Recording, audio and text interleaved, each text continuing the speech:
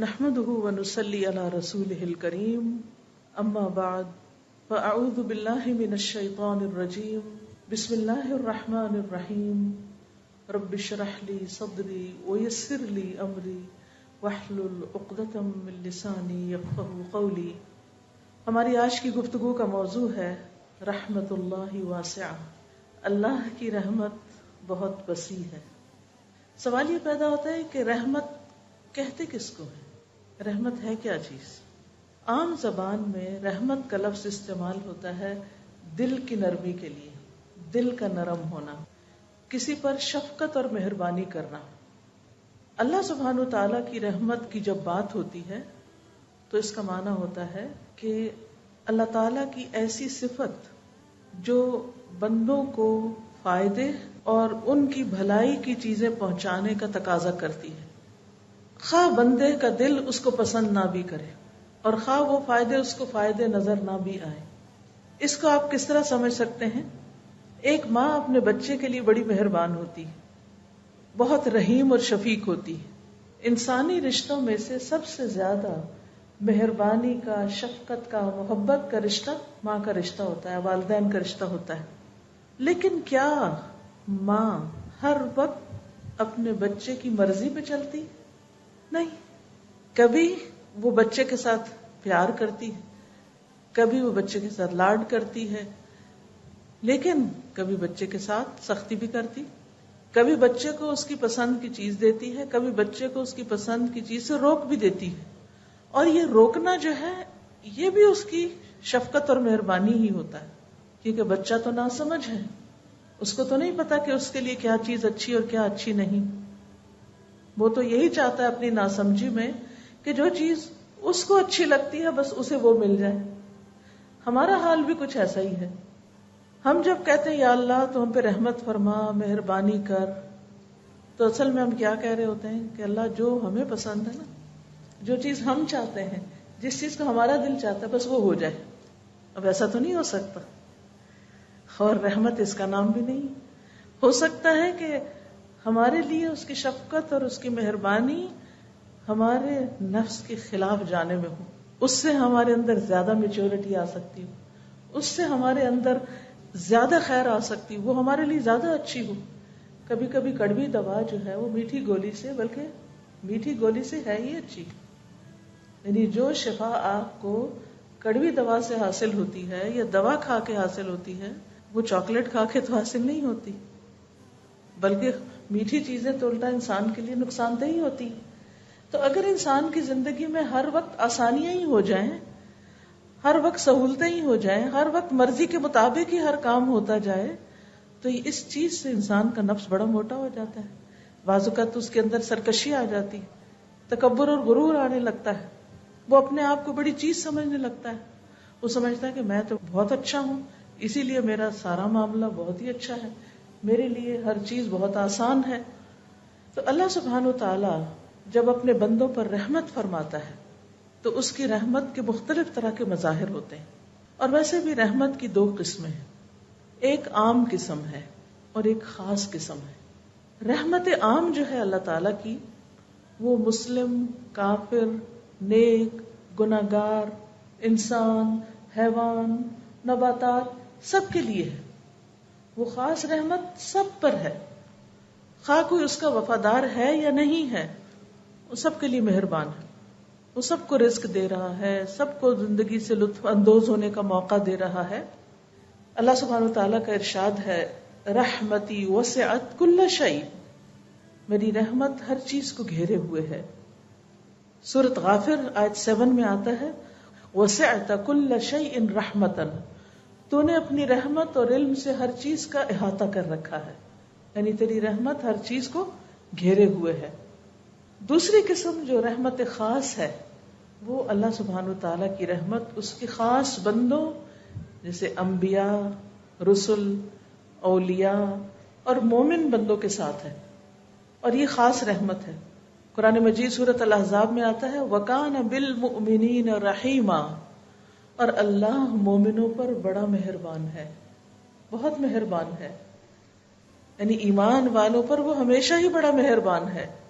ایک اور جگہ پر آتا ہے سورۃ التوبہ میں انہ بہم رؤوف الرحیم، کیونکہ اللہ مسلمانوں پر بڑا مہربان اور رحم کرنے والا ہے.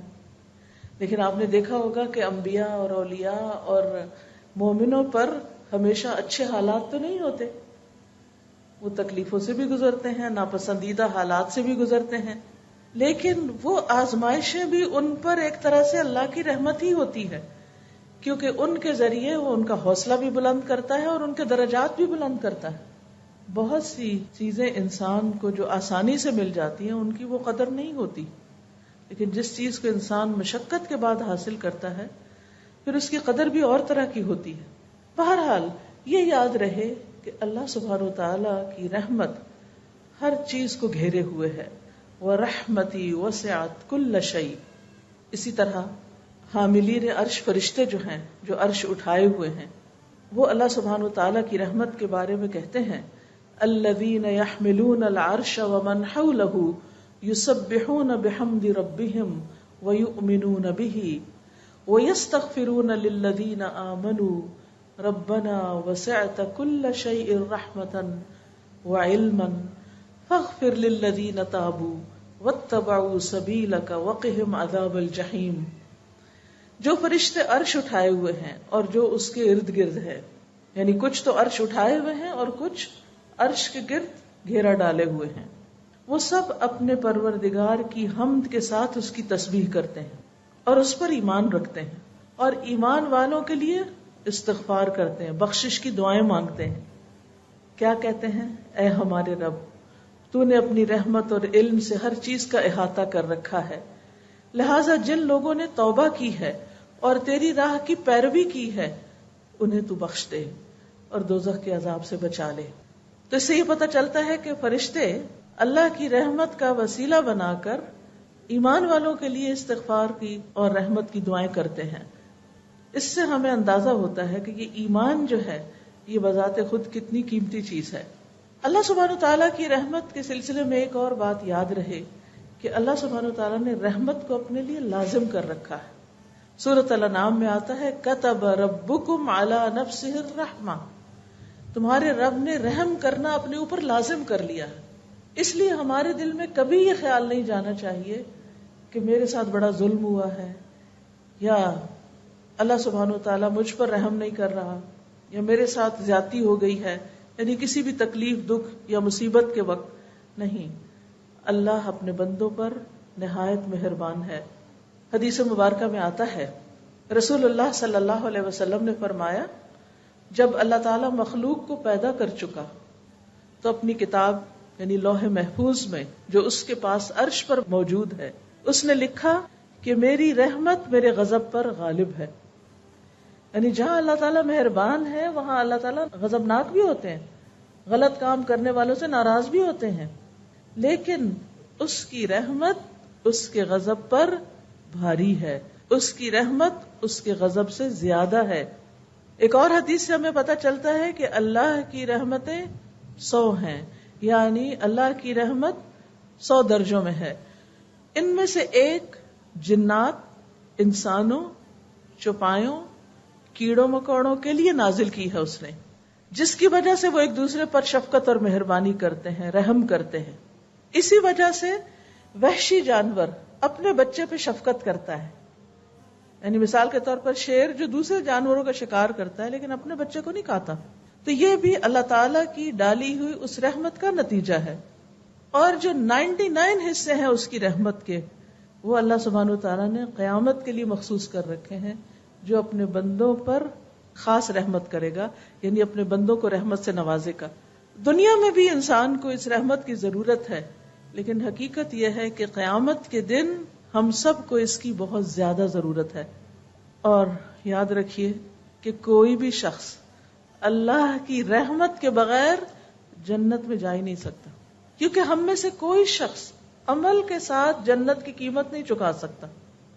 کہ اگر ہم میں سے کوئی یہ سمجھے نا کہ میں نے تو اتنے اچھے کام کر لیے کہ اب تو جنت میرا حق بن گئی یا میں اس کی حقدار ہو گئی، تو یہ غلط فہمی ہے.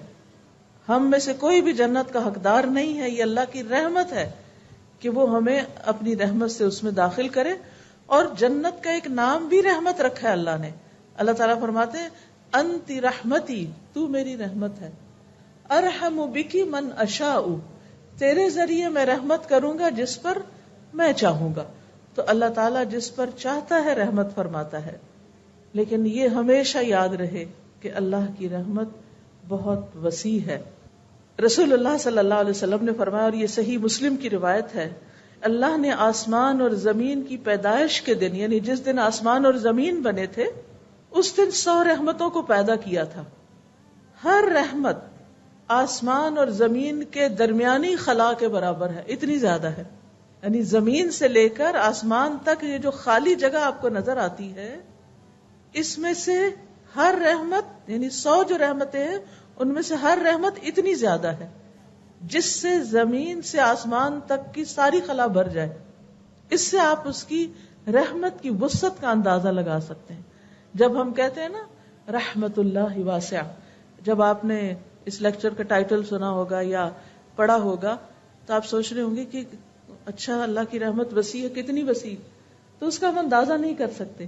لیکن اس کی وسعت کا اندازہ، یعنی ہماری عقل جو ہے وہ مادی چیزوں کو دیکھ کے بات زیادہ سمجھتی ہے، تو ہمیں سمجھانے کے لیے بتائے گے کہ اتنی زیادہ ہے جیسے زمین اور آسمان کے درمیان کی خلا کی جگہ ہے.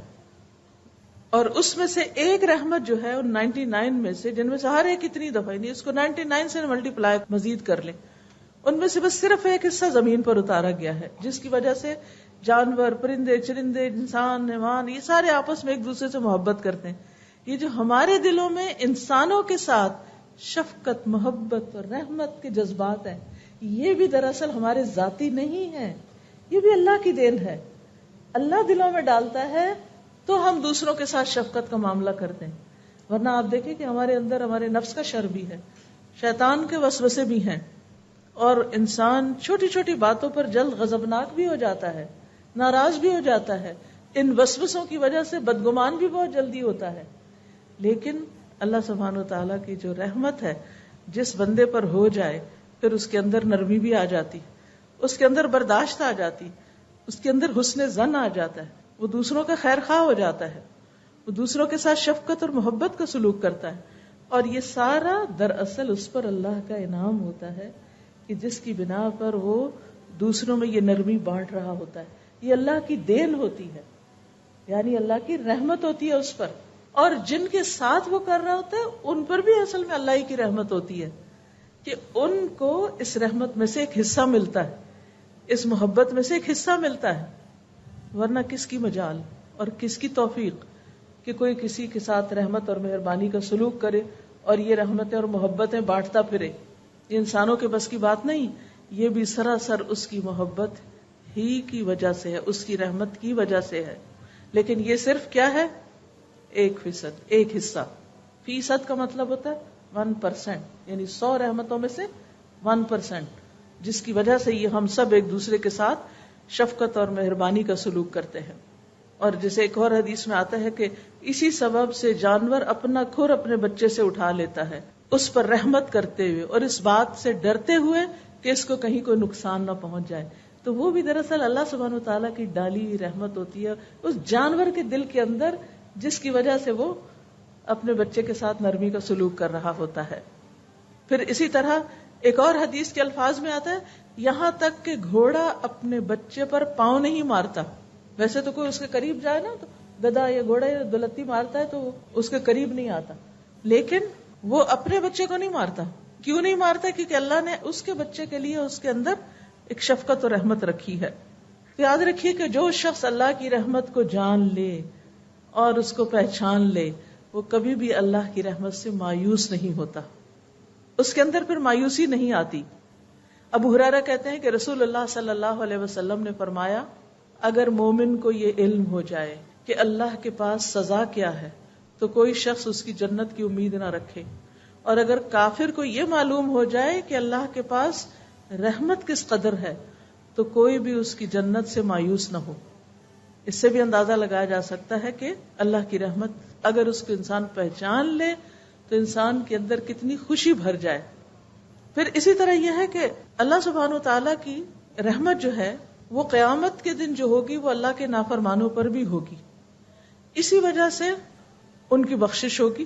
رحمت نہ ہو تو بخشش ہی نہیں ہو سکتی. جب ہم کہتے ہیں یا اللہ تو رحم کر دینا، اس کا مطلب ہے کہ ہم قابل تو نہیں بخشش کے، یہ جنت کے، لیکن تو ہم پر رحم فرما دینا. اسی لیے جو شخص لا الہ الا اللہ کہہ دیتا ہے اور اللہ کو مان لیتا ہے، اگر اس کی ساری زندگی گناہوں میں گزرتی ہے اور توبہ کیے بغیر مر جاتا ہے اور قیامت کے دن وہ جہنم میں چلا جاتا ہے، تو بھی جب اللہ تعالیٰ ان پر اپنی رحمت کا ارادہ کرے گا تو ان کو جہنم سے نکال لے گا اور انہیں جہنم میں بھی موت دے دے گا. پھر سفارش کرنے والے ان کی سفارش کریں گے اور وہ ہر آدمی اپنے دوستوں کو نکال کے لے جائے گا. یعنی جو نیک دوست جنت میں پہنچے ہوں گے وہ جہنم میں جانے والے اپنے دوستوں کو نکال لیں گے کہ جو جہنم کی تکلیف سے ایک طرح سے مر چکے ہوں گے. پھر اللہ سبحانہ و تعالی ان لوگوں کو ایک خصوصی نہر میں، جس کا نام نہر حیا یا حیوان یا حیات یا نہر جنت ہوگا، یہ مختلف نام آتے ہیں اس نہر کے مختلف جگہوں پر، تو اس نہر میں وہ غسل کریں گے، اللہ ان کو اس میں ڈالے گا اور ایسے اگ آئیں گے جیسے سیلاب کے بہاؤ میں دانا اگاتا ہے، یعنی دوبارہ سے ان کے جسم ایک طرح سے پیدا ہوں گے. ایک اور حدیث سے پتہ چلتا ہے کہ ان کے جسموں پر جلنے کے نشان پھر بھی ہوں گے. جو جنت میں جائیں گے تو لوگ پہچان جائیں گے اور ان کو جہنمیون کے نام سے پہچانیں گے کہ یہ وہ لوگ ہیں جو جہنم میں جانے کے بعد جنت میں پہنچے، لیکن اتنے گناہ کر کے سزا بھگت کے پھر بھی جو جنت میں جائیں گے تو اللہ کی رحمت سے ہی جائیں گے، ورنہ اگر اللہ تعالیٰ رحمت نہ کرے تو وہیں پر ہی پڑے رہیں. تو ہم سب کو یہ بات یاد رکھنی چاہیے کہ اللہ سبحانہ وتعالیٰ کی رحمت تو بہت وسیع ہے، لیکن ہم اس کے لیے کیا کر رہے ہیں، ہم اس کی رحمت کو کتنا پکارتے ہیں. پھر اسی طرح آپ دیکھیں ایک حدیث میں آتا ہے کہ اللہ سبحانہ وتعالیٰ جب یعنی جنت والوں کو جنت میں بھیج دیں گے، جہنم والے جہنم میں چلے جائیں گے. پھر اسی طرح انبیاء علیہ السلام شفاعت کریں گے، محمد صلی اللہ علیہ وسلم شفاعت کریں گے اور کچھ لوگوں کو جہنم سے نکال لیا جائے گا. پھر مومنوں کی شفاعت ہوگی. جب سارے شفاعت کر چکیں گے تو اس کے بعد ارحم الراحمین کے علاوہ کوئی اور نہ بچے گا. فرشتے بھی شفاعت کر گئے، انبیاء نے بھی کر دی اور مومنوں نے بھی کر دی، سب نے اپنے اپنی شفاعت کے ذریعے لوگوں کو جہنم سے نکلوا لیا. اب صرف ارحم الراحمین باقی رہ گئے. آپ دیکھیں اللہ سبحانہ تعالیٰ کی صفت رحیم، رحمان اور پھر ارحم الراحمین، یعنی سب رحم کرنے والوں میں سے بڑھ کے رحم کرنے والا. اب کیا ہوگا، اللہ سبحانہ تعالیٰ ایک مٹھی بھر آدمیوں کو جہنم سے نکالیں گے. یہ وہ آدمی ہوں گے جنہوں نے کبھی کوئی بھلائی نہ کی ہوگی، جن کے اندر کوئی خیر نہیں ہوگی. یہ لوگ جل کے کوئلہ ہو چکے ہوں گے. اللہ تعالیٰ ان کو ایک نہر میں ڈالیں گے جو جنت کے دروازوں پر ہوگی، جس کو نہر الحیا کہا گیا، اور اس میں اتنی جلدی تر و تازہ ہوں گے جس طرح دانا پانی کے بہاؤ میں کوڑے کچرے کی جگہ پر اگ آتا ہے. یعنی وہ بظاہر دیکھنے میں وہ گندی سی چیز نظر آتی، لیکن ایک دم اس میں سے گرین پودا نکل آتا ہے. تو ایسے ہی یہ بھی نکل آئیں گے موتیوں کی طرح چمکتے ہوئے. ان کی گردنوں میں سونے کے پٹے پڑے ہوئے ہوں گے، جن کی وجہ سے پھر ان کو جنت والے پہچان لیں گے اور ان کے بارے میں کہیں گے کہ یہ اتقاء اللہ ہیں، یہ اللہ کے آزاد کردہ بندے ہیں جنہیں اللہ نے صرف اپنی رحمت کی بنا پہ بغیر کسی عمل کے جنت میں داخل کیا. بغیر کسی عمل کے وہ جنت میں داخل ہوں گے. لیکن اب سوال یہ پیدا ہوتا ہے کہ وہ کون خوش نصیب ہوں گے کہ جو اس مٹھی کے اندر آ جائیں گے اور وہ پھر آزاد ہو جائیں گے جہنم سے. تو اس سے آپ اندازہ لگائیں کہ اللہ سبحانہ وتعالیٰ ہمیں دنیا میں اپنی رحمت کی طرف دعوت دیتا ہے، جنت کی طرف بلاتا ہے. واللہ یدعو الی دار السلام، دار السلام کی دعوت دیتا ہے اللہ کہ سلامتی کے گھر کی طرف آ جاؤ. جہنم سے بچنے کی بات کرتا ہے. لیکن اس کے باوجود لوگ ہیں کہ اپنے نفس کے ہاتھوں مجبور ہو کر یا لوگوں اور سوسائٹی کے ہاتھوں مجبور ہو کر اللہ کو ناراض کرنے کے کام کرتے رہتے ہیں. پھر بھی اگر مرنے سے پہلے بھی توبہ کر لیں تو دروازہ کھلا ہے توبہ کا، یہ بھی اس کی رحمت ہے. اب دیکھیے ہمارے ساتھ کوئی 2 سے 4 دفعہ زیادتی کر جائے نا تو ہم معاف نہیں کرتے اس کو، ہم نہیں معاف کریں گے اس کو. چلے زبان سے بھی کہہ دینا معاف کیا، دل میں ضرور رکھیں گے. تو کہتے ہیں دل سے نہیں نکال پاتے، کیا کریں، ہم تو اتنے کمزور ہیں نا. لیکن دوسری طرف آپ دیکھیں کہ ارحم الراحمین جو ہے اللہ سبحانہ تعالیٰ جو ہے وہ کس طرح بندوں کو نکالتا ہے اس سے. وہ یہ نہیں چاہتا کہ بندے جہنم میں جلیں، وہ قطعاً نہیں یہ چاہتا. اس نے ہر دور میں پیغمبر بھیجے، لوگوں کو عقل دی، فطرت پہ پیدا کیا، ہر ایک کو مسلمان پیدا کیا، سارے اسباب مہیا کیے، سوچ سمجھ دی، کان آنکھ دل دیے کہ لوگ غور کریں، اپنے رب کو پہچانیں. لیکن سارے طریقوں کے باوجود اگر لوگ پھر بھی نہیں اس راستے پر آتے اور تب بھی وہ جہنم میں چلے جاتے ہیں تو اللہ سبحانہ و تعالیٰ اپنی رحمت کے ساتھ ان کو وہاں سے بھی نکالے گا. اس سے اندازہ کریں کہ اللہ تعالیٰ کتنا مہربان ہے. اور یہ یاد رکھیے کہ ہم میں سے ہر شخص اللہ کی رحمت کا محتاج ہے. ہم سب کو اس کی ضرورت ہے, کیونکہ وَرَحْمَتُ رَبِّكَ خَيْرٌ مِّمَّا يَجْمَعُونَ, تیرے رب کی رحمت بہتر ہے ہر اس چیز سے جسے لوگ جمع کر رہے ہیں. یعنی کسی کے پاس سب کچھ بھی ہو دنیا میں جو وہ چاہتا ہے تو بھی کم ہے اس رحمت کے مقابلے میں جو اللہ کی طرف سے اس پر آتی ہے. کیونکہ انسان کو اس رحمت کی ہرس ہونی چاہیے, اس کی دعا کرنی چاہیے, اور اس کو حاصل کرنے کے لیے انسانوں کے ساتھ مہربانی کرنی چاہیے. کیونکہ ارحموا من فی الارض یرحمکم من فی السماء, تم ان پر رحم کرو جو زمین میں ہیں, تم پر وہ رحم کرے گا جو آسمانوں میں ہے. یعنی اگر تم چاہتے ہو کہ اللہ تم پر مہربان ہو, تم پر رحمت کرے, تو پھر تم کیا کرو, زمین والوں پر مہربانی کرو. وہ شعر بھی ہے نا, کرو مہربانی تم اہل زمین پر, خدا مہربان ہوگا عرش بری پر. یعنی اگر تم مہربانی کرو گے دوسروں کے ساتھ تو تم پر بھی رحم کیا جائے گا. لہذا جو انسان یہ چاہتا ہے کہ اس کو اللہ کی رحمت مل جائے, وہ اللہ کی رحمت پا لے, اسے چاہیے کہ وہ دوسروں کے ساتھ مہربان ہو جائے. پھر اسی طرح اللہ سبحانہ و تعالیٰ اگر رحمت کر دے تو کوئی روک نہیں سکتا, اور اگر اللہ اپنی رحمت بند کر دے تو کوئی اور دینے والا بھی نہیں ہے. قرآن مجید میں آتا ہے ما یفتح اللہ للناس من رحمت فلا ممسک لها وما یمسک فلا مرسل له من بعدہ وہو العزیز الحکیم. جو کچھ اللہ لوگوں کے لیے رحمت میں سے کھول دے اسے کوئی بند کرنے والا نہیں. یعنی جس پر اللہ اپنی رحمت نچھاور کر دے اسے کوئی روک نہیں سکتا, اور جو بند کر دے اس کے بعد اسے کوئی کھولنے والا نہیں. وہی سب پر غالب اور کمال حکمت والا ہے. یاد رکھیے یہ اللہ ہی کی رحمت ہے کہ ہم زندہ ہیں, یہ اللہ کی رحمت ہے کہ اس نے ہمیں مسلمان بنایا, یہ اللہ کی رحمت ہے کہ اس نے ہمیں قرآن دیا ہے. قل بفضل اللہ وبرحمتہ فبذلک فلیفرحوا هو خیر مما یجمعون. قرآن کا ملنا, قرآن کا سمجھنا, قرآن سے محبت کا ہونا, یہ سب بھی دراصل اللہ کی رحمت ہوئی ہے ہم پر کہ اس نے ہمیں اس راستے پر لگا دیا, کہ ہمیں اس کا شوق دے دیا کہ ہم اس کی کتاب کو پڑھیں. اور یہ بھی حقیقت ہے کہ یہ اللہ کی رحمت ہی ہے جو انسان کو گمراہی سے بچاتی ہے, جو انسان کو خسارے سے بچاتی ہے. کیونکہ ایک جگہ پر آتا ہے فلولا فضل اللہ علیکم ورحمتہ لکنتم من الخاسرین. اگر اللہ کا فضل اور اس کی رحمت نہ ہوتی تو تم خسارہ پانے والوں میں شامل ہو جاتے, یعنی تم نقصان سے بچ نہیں سکتے تھے. اسی طرح اللہ سبحانہ وتعالیٰ کی رحمت ہی ہے جو انسان کو اس کے اپنے نفس کے شر سے بچاتی. یعنی ہم میں سے ہر انسان کے اندر نفس ہے اور نفس کا ایک شر بھی ہے. قرآن مجید میں آتا ہے وما ابرئ نفسی ان النفس لامارۃ بالسوء الا ما رحم ربی. یعنی انسان اپنے نفس کے شر سے بھی کب بچ سکتا ہے جب اللہ کی رحمت ہوتی.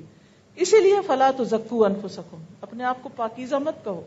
ہم یہ نہیں کہہ سکتے کہ ہمارے اندر بڑی خیر خوبی ہے, ہم بڑے نیک پاک ہیں یا ہمارا تزکیہ ہو چکا ہے. نہیں, یہ اللہ ہی کی رحمت ہوتی ہے کہ انسان صحیح راستے پہ چلتا ہے اور نفس کی شرارتوں سے بچ جاتا ہے. اللہ کی رحمت ہی انسان کو شیطان کی پیروی سے بچاتی, شیطان کے اتباع سے بچاتی.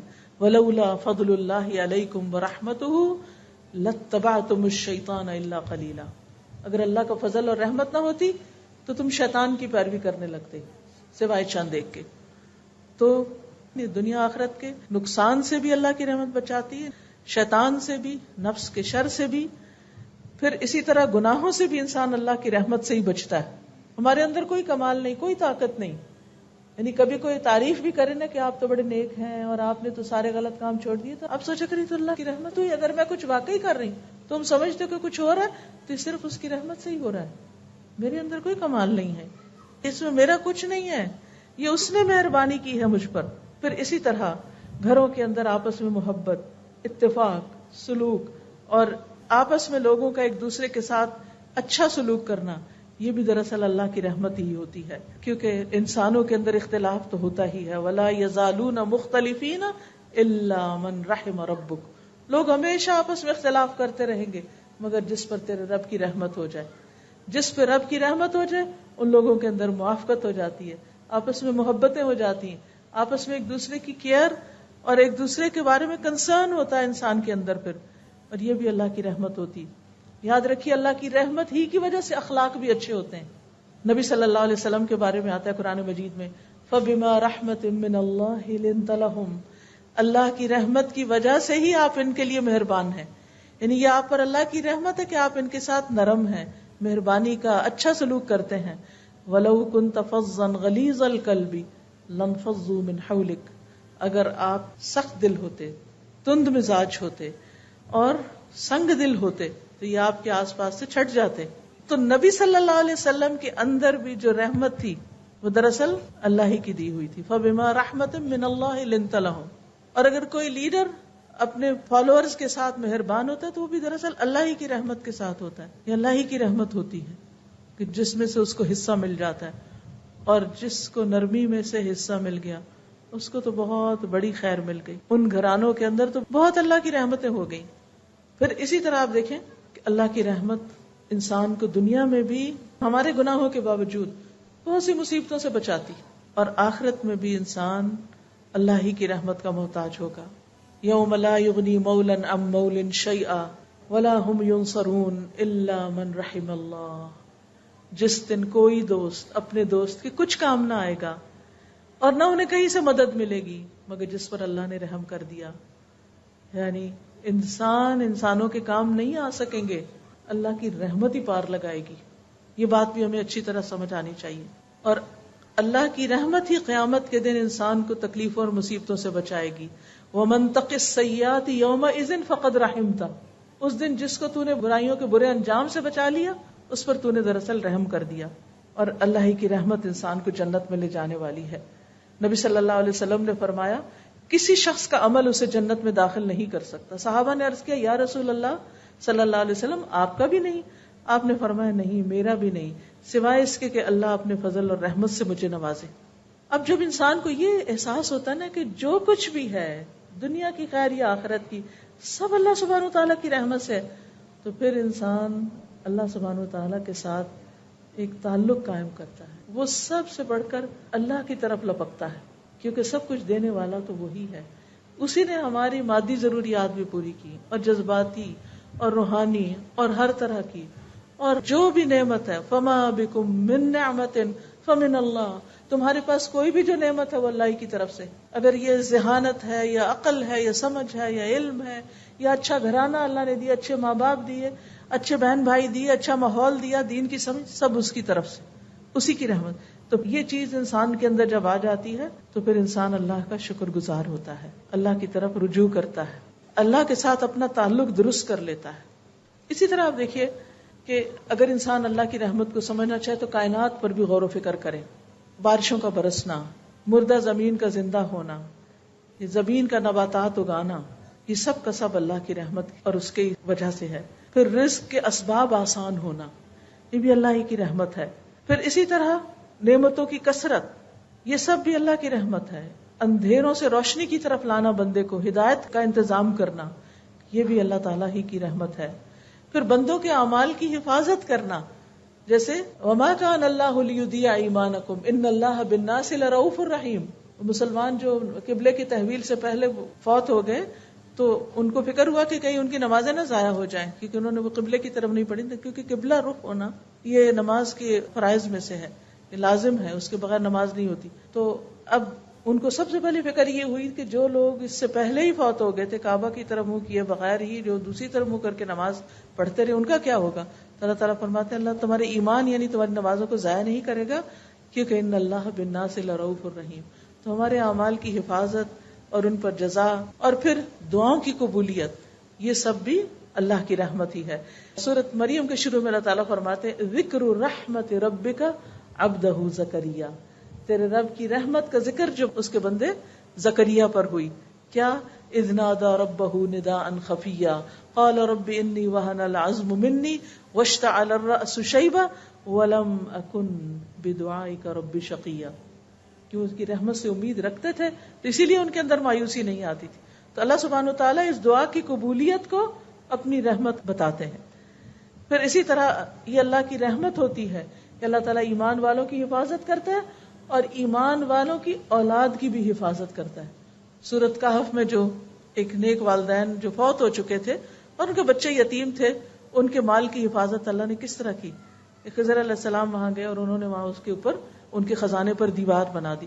جب موسیٰ علیہ السلام نے پوچھا کہ اس بستی والوں نے تو آپ کو کھانا بھی نہیں دیا اور آپ نے ان کے بچوں کی دیوار بنا دی، تو انہوں نے کیا کہا کہ میں نے اپنی مرضی سے نہیں کیا. یہ دراصل کیا تھا؟ یہ اللہ کی رحمت تھی، رحمت من ربک. تو بات یہ ہے کہ اللہ سبحانہ وتعالیٰ کی یہ خاص رحمت ہوتی ہے کہ جس کی وجہ سے وہ غیر محسوس طریقے سے بندوں کی مدد کرتا ہے اور ان کو بخش دیتا ہے، ان کی غلطیوں سے درگزر کرتا ہے. لیکن اب سوال یہ پیدا ہوتا ہے کہ ہم اللہ کی رحمت کو کیسے حاصل کریں، اپنی طرف کیسے متوجہ کریں، ہم کیا کام کریں کہ جس سے اللہ کی رحمت آئے ہم پر. اس میں سب سے پہلی چیز ایمان ہے. ایمان لانا اور ایمان کو درست رکھنا اور ایمان پر جم کے رہنا، ایمان کی مضبوطی، یہ انسان کو اللہ کی رحمت کا مستحق بناتا ہے. قرآن مجید سورۃ النساء میں اللہ تعالیٰ فرماتے ہیں فَأَمَّا الَّذِينَ آمَنُوا وَاعْتَصَمُوا بِهِ فَسَيُدْخِلُهُمْ فِي رَحْمَةٍ مِّنْهُ. اب جو لوگ اللہ پر ایمان لے آئے اور انہوں نے کتاب کو مضبوطی سے تھاما، وَاعْتَصَمُوا بِهِ، یا اللہ کو اپنا سہارا بنایا، فَسَيُدْخِلُهُمْ فِي رَحْمَةٍ مِّنْهُ، وہ اپنی طرف سے ان کو رحمت سے نوازے گا، ان کو اپنی رحمت میں داخل کرے گا. پھر اسی طرح توحید پر جمے رہنا. جب کچھ بچے ایک بستی سے نکل کر غار کی طرف گئے تھے اپنے ایمان کو بچانے کے لیے، تو انہوں نے کیا کہا تھا؟ فَأْوُوا إِلَى الْكَهْفِ يَنشُرْ لَكُمْ رَبُّكُمْ مِنْ رَحْمَتِهِ، کہ تم اس غار کی طرف پناہ لے لو، اللہ تم پر اپنی رحمت نازل فرمائے گا، رحمت نچھاور کر دے گا، رحمت کھول دے گا. تو اس سے بھی یہ پتہ چلتا ہے کہ جب انسان ایمان پر استقامت اختیار کرتا ہے، پختگی اختیار کرتا ہے، تو اس پر بھی اللہ کی رحمت ہوتی ہے. پھر اسی طرح جو شخص اللہ کے عذاب سے ڈرتا ہے اس پر اللہ کی رحمت ہوتی ہے، کیونکہ اللہ کے عذاب سے ڈرنا ہم سب کے لیے ضروری ہے. یعنی رحمت ہمیں اللہ کے عذاب سے بے خوف نہ کر دے. یعنی جتنی بھی اللہ کی رحمت ہے لیکن اس کا جو عذاب ہے اس سے ڈرنا چاہیے اور اپنے گناہوں سے ڈرنا چاہیے. تو جو انسان ڈرتا رہتا ہے نا، اس پر اللہ کی رحمت ہو جاتی ہے. پھر اسی طرح اللہ سے دعائیں کرنا، وَادْعُوهُ خَوْفًا وَطَمَعًا إِنَّ رَحْمَتَ اللَّهِ قَرِيبٌ مِّنَ الْمُحْسِنِينَ. اللہ کی رحمت قریب ہے محسنین کے. یعنی جب انسان کوئی نیک کام کرتا ہے اور پھر دعا کرتا ہے تو اس کی دعا قبول ہوتی ہے، اس پر اللہ کی رحمت آتی ہے. پھر اللہ اور اس کے رسول کی اطاعت کرنے والوں پر اللہ کی رحمت آتی ہے. وَأَطِيعُوا اللَّهَ وَأَطِيعُوا الرَّسُولَ لَعَلَّكُمْ تُرْحَمُونَ. اور اللہ کی اطاعت کرو اور اس کے رسول کی اطاعت کرو تاکہ تم رحم کیے جاؤ، تم پہ رحم کیا جائے. پھر اسی طرح قرآن کو پڑھنا اور اس پر عمل کرنا. قرآن مجید میں آتا ہے وَهَذَا كِتَابٌ أَنزَلْنَاهُ إِلَيْكَ مُبَارَكٌ فَاتَّبِعُوهُ وَاتَّقُوا لَعَلَّكُمْ تُرْحَمُونَ. پھر قرآن کو غور سے سننا، یعنی مبارک کتاب کی پیروی کرنا، اللہ سے ڈرنا رحمت لاتا ہے. پھر جو شخص فَإِذَا قُرِئَ الْقُرْآنُ فَاسْتَمِعُوا لَهُ وَأَنصِتُوا لَعَلَّكُمْ تُرْحَمُونَ. جب قرآن پڑھا جا رہا ہو تو چپ ہو جاؤ، غور سے سنو تاکہ تم پہ رحم کیا جائے. یعنی یہ چیز بھی اللہ کی رحمت کو لاتی. یعنی جب ایک بندہ اللہ کے کلام کی طرف متوجہ ہوتا ہے، لیکن کتنی دفعہ ایسا ہوتا ہے تلاوت لگی ہوتی ہے اور ہماری باتیں نہیں ختم ہوتی. پھر اسی طرح یہ ہے کہ اپنے فرائض ادا کرنا، فرائض کی ادائیگی رحمت کا سبب بنتی ہے. نیک عمل، فَأَمَّا الَّذِينَ آمَنُوا وَعَمِلُوا الصَّالِحَاتِ فَيُدْخِلُهُمْ رَبُّهُمْ فِي رَحْمَتِهِ ذَلِكَ هُوَ الْفَوْزُ الْمُبِينُ. رہے وہ لوگ جو ایمان لائے اور انہوں نے نیک عمل کیے، اللہ انہیں اپنی رحمت میں داخل کرے گا. یہی کھلی کامیابی ہے. تو نیک اعمال جو ہیں وہ اللہ کی رحمت کا ذریعہ بنتے ہیں. اور نیک اعمال میں سب سے پہلے نماز آتی ہے. حدیث میں آتا ہے کہ جب تم میں سے کوئی شخص نماز کے لیے کھڑا ہوتا ہے تو اللہ کی رحمت اس کی طرف متوجہ ہو جاتی ہے. سبحان اللہ. یعنی نماز سب سے بہترین ذریعہ ہے اللہ کی رحمت کو اپنی طرف متوجہ کرنے کا. اسی وجہ سے ہم دیکھتے ہیں کہ نبی صلی اللہ علیہ وسلم جب ان پر کوئی تکلیف آتی تو وہ کیا کرتے تھے، کوئی پریشانی آتی تھی تو کیا کرتے تھے، فوراً نماز کی طرف دوڑتے تھے. فزع الی الصلاۃ، تاکہ اللہ کی رحمت کو متوجہ کر سکیں. پھر اسی طرح نوافل پڑھنا، خصوصاً عصر سے پہلے کی 4 رکعتیں. ان کے بارے میں حدیث میں آتا ہے رحم اللہ امرأ صلی قبل العصر 4، اللہ اس شخص پر رحمت فرمائے جو عصر سے پہلے 4 رکعتیں پڑھے. اب یہ نہ تو فرض ہے نہ ہی سنت مؤکدہ ہے، لیکن اگر کوئی شخص پڑھتا ہے تو اللہ کی رحمت کو اپنی طرف متوجہ کرتا ہے. اسی طرح رات کا قیام اور گھر والوں کو نماز کے لیے جگانا، تو جگانے والا شوہر ہو یا بیوی ہو، اس کے بارے میں حدیث میں آتا ہے اللہ اس شخص پہ رحم کرے جو رات کو اٹھے اور نماز پڑھے اور اپنی بیوی کو جگائے، اور اللہ اس عورت پر رحم کرے جو اٹھے اور نماز پڑھے اور پھر شوہر کو بھی جگائے. اس سے یہ پتہ چلتا ہے کہ اپنے گھر والوں کو نیکی کا حکم دینا، ان کو نیکی میں تعاون دینا اور ان کو نیکی کے راستے پر لگانا، یہ بھی رحمتیں لاتا ہے. پھر نماز کے بعد مصلی پہ بیٹھے رہنا، ذکر اذکار کرنا، دعا کرنا، یہ بھی اللہ کی رحمت کا سبب بنتا ہے. اور ایسے شخص کے لیے جب تک اس کا وضو نہ ٹوٹے اور وہ ذکر کرتا رہے، فرشتے دعا کرتے ہیں، کہتے ہیں اللہم اغفر لہ وارحمہ، اللہ اس کی بخشش فرما، اللہم ارحمہ، اللہ اس پہ رحم فرما. یعنی فرشتے اس کے لیے رحمت کی دعائیں کرتے ہیں. پھر اسی طرح اللہ کے راستے میں نکلنا، اللہ کے راستے میں ہجرت کرنا، دین کے کام کے لیے نکلنا، وہ لوگ بھی اللہ کی رحمت کے امیدوار ہیں. پھر اسی طرح جان و مال سے اللہ کے راستے میں جہاد کرنا، اللہ کا قرب پانے کے لیے صدقہ کرنا. یہ جو صدقہ ہے یہ بھی اللہ کی رحمت کو متوجہ کرتا ہے، قرب الہی کا ذریعہ ہوتا ہے. پھر اسی طرح اللہ کا ذکر، کیونکہ نبی صلی اللہ علیہ وسلم نے مسلمان خواتین کو اپنے دور کی فرمایا اپنے اوپر لا الہ الا اللہ تسبیح اور تقدیس لازم کر لو، غافل نہ رہا کرو کہ رحمت الہی کو فراموش کر دو. یعنی تمہارا ذکر کرنا ایک طرح سے رحمت لاتا ہے، تو اگر تم نے اس کو چھوڑ دیا تو رحمت کو بھول جاؤ گی. اکٹھے ہو کر مل بیٹھ کر قرآن کا پڑھنا پڑھانا، ذکر کا کرنا، یہ بھی اللہ کی رحمت لاتا ہے. لا يقعد قوم يذكرون الله عز وجل الا حفتهم الملائکہ وغشیتهم الرحمہ. جو لوگ اللہ کے ذکر کے لیے بیٹھے ہوتے ہیں فرشتے انہیں گھیر لیتے ہیں، رحمت انہیں ڈھانپ لیتی ہے. پھر اسی طرح استغفار کرنا، لولا تستغفرون اللہ لعلکم ترحمون. پھر توبہ اور اصلاح کرنا، مصیبتوں پر صبر کرنا، انا للہ و انا الیہ راجعون پڑھنا، اولئک علیہم صلوات من ربہم ورحمہ. جو انا للہ پڑھتا ہے اور تکلیف کے وقت صبر کرتا ہے، اس پر رب کی نوازشیں ہوتی ہیں، رب کی رحمت آتی ہے اور رب اس کو تھام لیتا ہے. اس لیے کسی کی بھی قریبی عزیز پیارے کی وفات پر صبر جو ہے یہ اللہ کی رحمت کا سبب بنتا ہے، خصوصاً بچے کی وفات پر. کیونکہ ماں کا دل ہوتا ہے نا اس بچے کے اندر، جب بچہ فوت ہوتا ہے اور ماں صبر کرتی ہے اور الحمدللہ کہتی ہے تو اللہ تعالیٰ فرشتوں کو حکم دیتا ہے کہ اس کے لیے ایک گھر بناؤ جس کا نام کیا رکھو؟ بیت الحمد. اسی طرح دوسروں کو معاف کرنا، دوسروں کو معاف کرنے والوں پر بھی اللہ کی رحمت آتی ہے. پھر اسی طرح دوسروں پر رحم کرنا، حدیث میں آتا ہے انما یرحم اللہ من عبادہ الرحماء، اللہ تعالیٰ اپنے بندوں میں سے ان بندوں پہ رحم کرتے ہیں جو دوسرے بندوں کے ساتھ رحم کرتے ہیں. یعنی اگر ہم بندوں کے ساتھ مہربانی کریں گے تو اللہ تعالیٰ ہم پر مہربانی کرے گا. اسی طرح ایک حدیث میں آتا ہے رسول اللہ صلی اللہ علیہ وسلم نے فرمایا اس ذات کی قسم جس کے ہاتھ میں میری جان ہے، اللہ اپنی رحمت کا مستحق رحم دل بندے کو ہی بناتا ہے. تو صحابہ نے کہا ہم میں سے ہر کوئی رحم کرتا ہے. آپ نے فرمایا نہیں، یہ نہیں کہ اپنے دوست کے حق میں رحم دل بن جاؤ، بلکہ تمام لوگوں پہ رحم کرنا ہوگا. یہ بڑا اہم قاعدہ ہے، کیونکہ عموماً کیا ہوتا ہے کہ ہم اپنے رشتہ داروں، اپنے پیاروں، اپنے دوستوں کے لیے تو بڑے مہربان ہوتے ہیں، لیکن جس سے ہمارا کوئی تعلق واسطہ نہیں اس کے ساتھ ہم بعض اوقات بد اخلاقی بھی برت جاتے ہیں. ہم سوچتے ہیں یہ کون سا ہمیں کچھ جانتا ہے، اس کے ساتھ جو چاہے ہم کریں. نہیں، جس کو جانتے ہیں اس کے ساتھ بھی اور جس کو نہیں جانتے اس کے ساتھ بھی. پھر پرندوں اور جانوروں پہ رحم کرنا. آپ کو معلوم ہوگا کہ ایک عورت نے ایک بلی کو باندھ کے مار دیا تھا اور کھانا بھی نہیں دیا، تو کیا ہوا اس کے ساتھ؟ صرف اس بلی کو مارنے کی وجہ سے اللہ سبحانہ وتعالیٰ نے اس کو جہنم میں پھینکا. تو جانوروں پر بھی رحم بڑا ضروری ہے. نبی صلی اللہ علیہ وسلم نے فرمایا جس نے رحم کیا اگرچہ چڑیا کو ذبح کرنے کا معاملہ ہو، چڑیا کیا کر سکتے ہو، تمہارے ہاتھوں میں پکڑی ہوئی ہے، جس نے رحم کیا اگرچہ چڑیا کو ذبح کرنے کا معاملہ ہو، اللہ قیامت کے دن اس پہ رحم فرمائے گا. پھر اسی طرح ایک شخص نے کہا اللہ کے رسول میں بکری ذبح کرتا ہوں اور اس کے ساتھ شفقت کرتا ہوں، یعنی اس کو پانی پلا کے، اس پہ ہاتھ پھیر کے، اس کو اچھی طرح لٹا کے، کیونکہ بعض ہوتے ہیں نا ڈانٹ ڈپٹ گالیاں دیتے دیتے وہ ذبح کر دیتے ہیں، جانوروں کے ساتھ سختی کرتے ہو نہیں.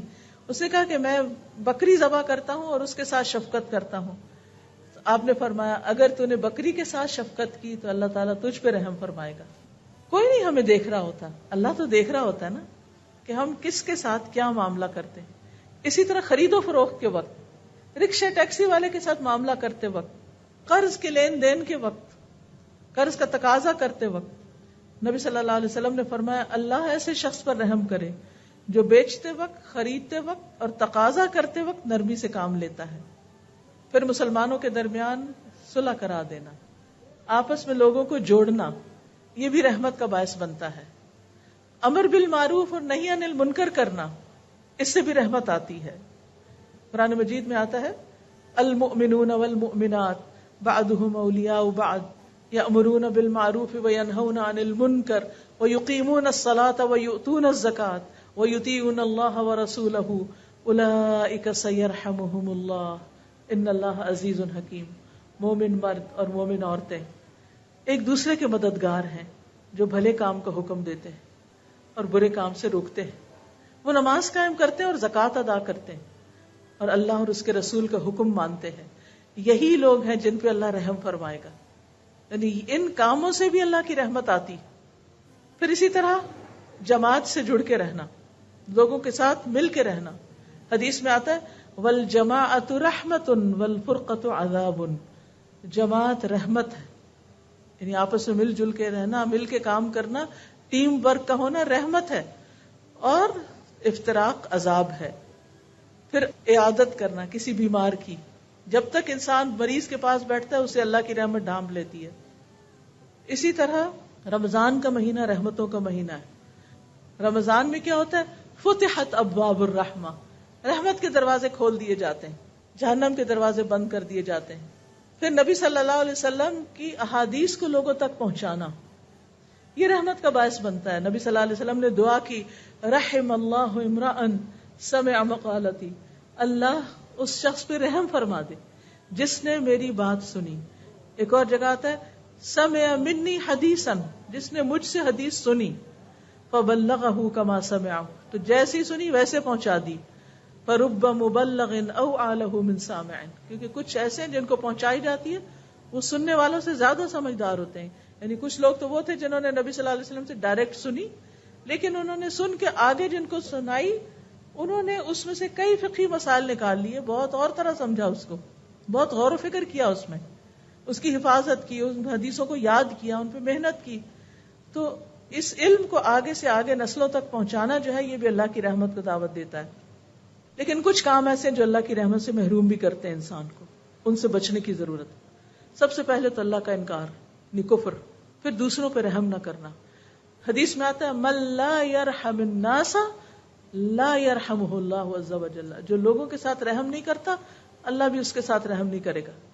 پھر اسی طرح آپ نے فرمایا رحمت سوائے بدبخت کے کسی سے نہیں چھینی جاتی، صرف بدبخت ہوتا ہے جو دوسروں پہ ظلم کرتا ہے. پھر اسی طرح بچوں کو پیار نہ کرنا، چھوٹوں سے شفقت نہ کرنا. پھر اسی طرح گھروں میں تصویریں اور کتے رکھنا، اس سے بھی رحمت نہیں آتی، رحمت کے فرشتے نہیں آتے اس میں. اور پھر آخر میں یہ کہ رحمت کے حصول کے لیے دعائیں بھی کرنی چاہیے.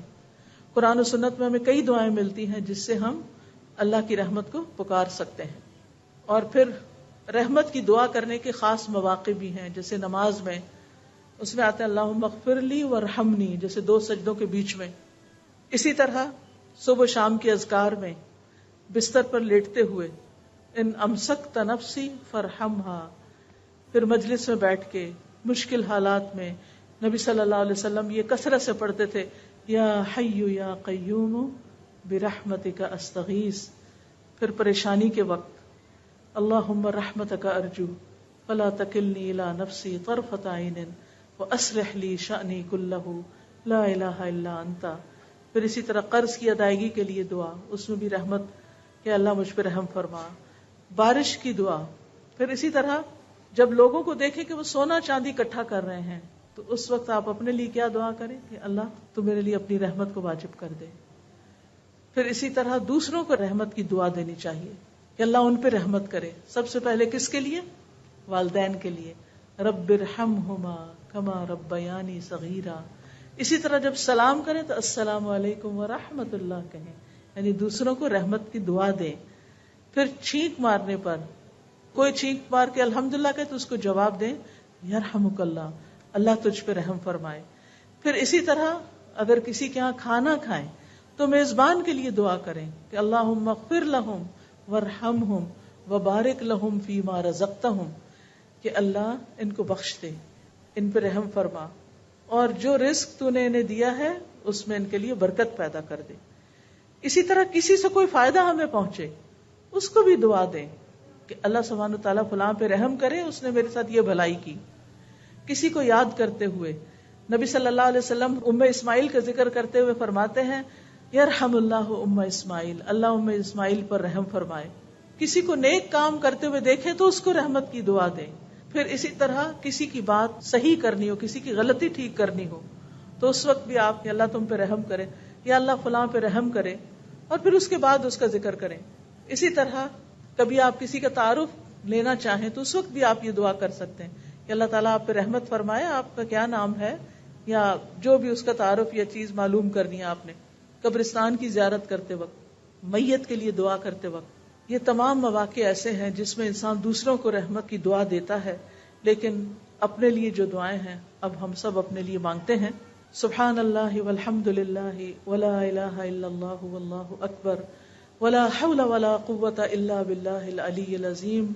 اللہم صل علی محمد وعلی آل محمد کما صلیت علی ابراہیم وعلی آل ابراہیم انک حمید مجید.